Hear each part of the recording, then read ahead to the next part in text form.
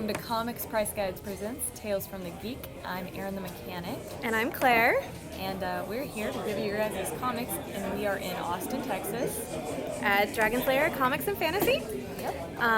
And we got some exciting new number ones this week. Oh man, a bunch of them, and a lot of more some independent ones, right? Yeah, we've got some interesting big name creators putting out some new indie number ones this week. Starting with Grant Morrison's 18 Days. 18 Days. Which, God, it's so beautiful on the inside. Like, the art is crisp and clean and bold. It already died. And it's just gorgeous. It's definitely, I would preface it and say that it's classic Grant Morrison in terms of it's very... It's Grant Morrison. Taking leaps. Let's take some leaps here. I'm super excited about it. It's well structured and it's gorgeous. It's coming up with like a rating scale, like 1 to 5 or something crazy. Yeah. But then I would never rate on it. I'd be like 20. This yeah. one's a 20. This one 1,000. This one's 1,000 points. But points aren't even in the system. I've often been told with my employee recommends that I should measure things in blood splatters and teardrops. Okay, so what does this give you? Blood splatter, teardrops? This one has a great potential for a vast number of blood splatters. Whoa, okay. There's no blood splatter in the number 1 issue, but they're setting up like an epic battle showdown. So there will might be blood. Wow, just like that movie. So what is this? We Stand on Guard. We Stand on Guard. Brian K. Vaughan, number 1, creator of Saga. Yet another indie image number 1 from Brian K. Vaughan. Honestly, well, it's got Canada's flag. It's got Canada. So this is a story about a Canadian freedom fighters resistance group actually fighting against an American invading force. I would like to mention though that there are giant robots. Is that what this is? Yeah, that's a giant mech. That is a giant U.S. mech. Wow. This one does have 5 out of 5 blood splatters and 3 out of 5 teardrops. I did get there's a point where the tears did well up. Did they start at the beginning or is it at the end? It was like the end of there's a time skip. Mm-hmm. And it was the end of the beginning, right before the time skip. The end of the beginning. The end of the beginning. Okay, so now I've got Red Skull number 1. Speaking of the end of the beginning, actually, I think we're starting to. This is one of the last number 1s I think that's going to come out for Secret Wars. Yeah. We're starting to see more the Secret Wars be established and moving forward. Red Skull was interesting. It's definitely another one to pick up if you're following the Secret Wars whole spiel. Let's not spoil the bromance at the end. Yeah. Apparently that's my criteria for comics is must have a bromance. It's blood splatters, it's tear jerkers, and it's bromance. If one of those things isn't happening, what comic is this? Well, yeah, some of the ones coming up don't have bromance, but they're true. Still really delicious. There's other things that are good. So this is another image, and it's Arclight.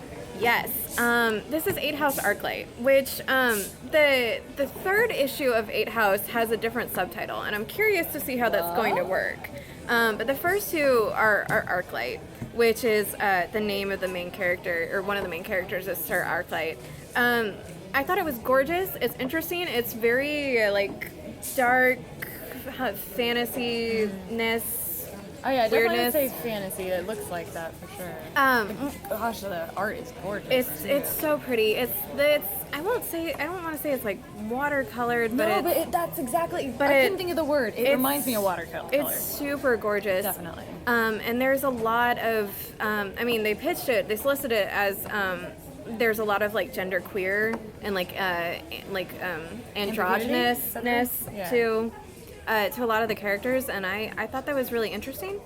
For all that they solicited it when they were talking, when we ordered it, part of the paragraph describing the book, specifically mentioned that it had genderqueer characters.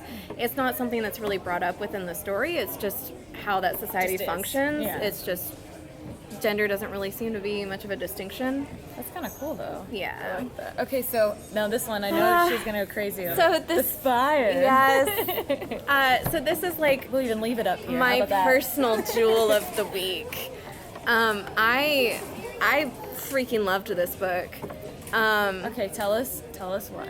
So it's very it's like dystopian urban fantasy mixed together.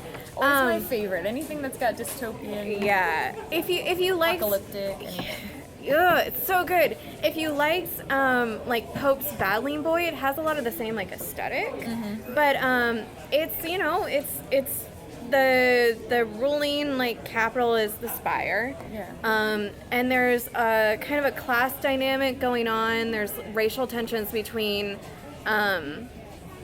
what are not politically correctly called skews and what like the word that skews prefer is sculpted, but it's basically kind of non-humans and humans, and there's some tension there, but it's super gorgeous. Okay, and it's super fun. What's the main girl's or the general? She's the captain of the guard. Captain of the guard. Her name, I'm not actually sure how to pronounce it because it has a little symbol on it. But so is she a skew or is she a? She is a skew. She is a she is a sculpted, as she would say. Yeah, sculpted. But it's fascinating. I'm so excited for the next issue. I am super in love with this character. How many teardrops? How much blood? Oh, 0, 0, and it's still good? No, like 5 and 5. Oh, okay. And in place of a bromance, you have a lesbian romance. And okay. It's super. So not a bromance, but a No. romance. Yes. Gotta But be yeah. some sort in there. Right? Yeah. No, it's awesome. I can't wait for the next issue. I can't wait to see where the story goes. I'm like already in love with this character. And I like honestly, I like all the little side characters too. I'm really excited. It's Don't let them kill them off. for all that it's like it's got that like some of the urban high fantasy, some of the urban aspect of it really does come down to the fact that she is a captain of the guard, and so she's very much like a police chief. Oh. And there's definitely some like procedural like cop stuff going on, which is interesting to see in like a high fantasy setting. Right. So there's a lot going on in the first issue, and it's just a solid first issue. Gosh, yeah, we have a bunch of. There's a lot of different good stuff, this week. Good stuff coming out. So Good different stuff. go check it out, and I think that's all that we have going on this week, right? Yeah. Awesome. Well, we will catch you guys on the flip side. Oh, actually, What? Something good? Batman, Arkham Knight. Oh my gosh! It came out. Yes. Oh man, we need to play this. Yes. This needs to happen. It does need to happen. But I'm fangirling over everything. Just everything. Let us know what you think about it too. Comment Yes. down below. We played it too. That one. This one. The buttons. See you guys next week. Bye.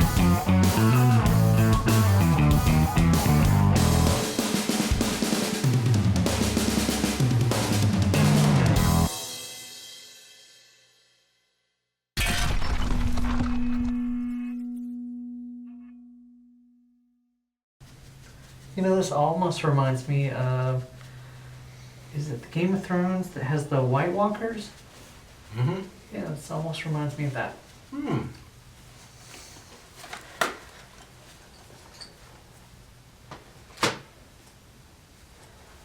So,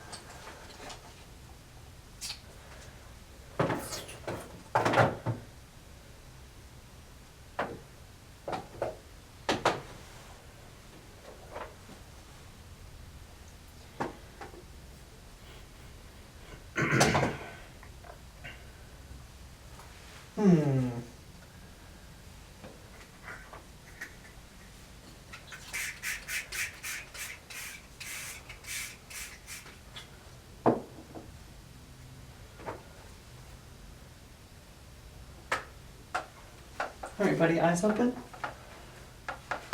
Hold still. Eyes open. There you go. Oh, no. All right. All right, so back to work. I'm gonna give you some alcohol. Mm-hmm.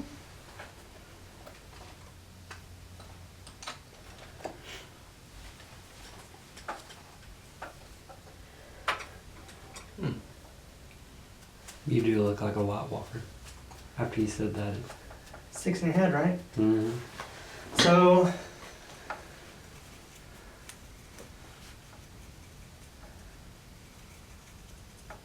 Look angry. You look angry? Mm-hmm. Actually, this one was created by the makeup artist for the Buffy series. This was his version Mm. of the demon, so. Some contacts that would look just very Buffy. You know. Alright, so let's try. I forgot the contact now. Oh, sorry. Alright, so starting again, I'm going to use a Skin Illustrator. These are alcohol-based makeups. So when you touch it, nothing comes off. But when you add 91% alcohol, you can, you activate it and it adds some colors to it. My favorite zombies have greens, pale blues,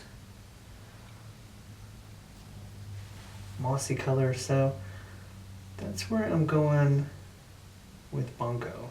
It's gonna have several colors. Eyes closed super, super tight whenever you have the 91% alcohol near your eyes, so make sure those eyes stay closed. Mm-hmm.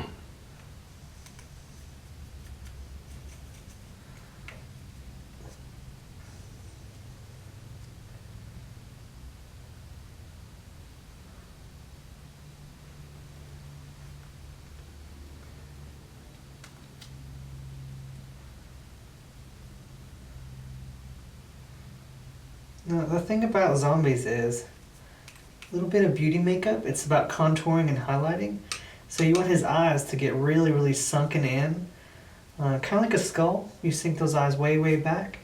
So the way to make things appear sunken in the head is to make them darker. And the things I want to come closer to you, I'm going to make lighter. You okay? Mm-hmm. Okay.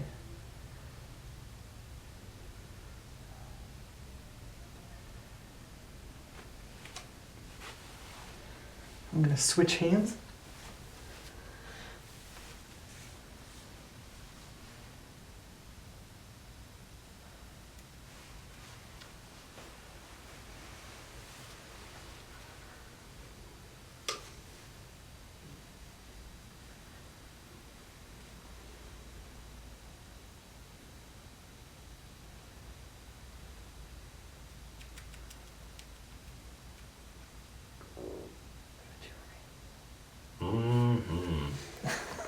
Mm-hmm.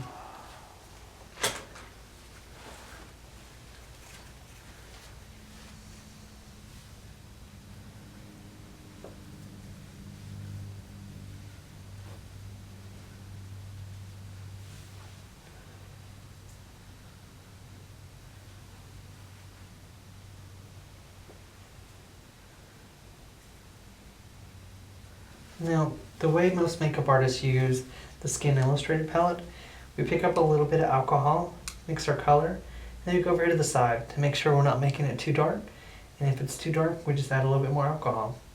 And that way I can go over some of these thin lines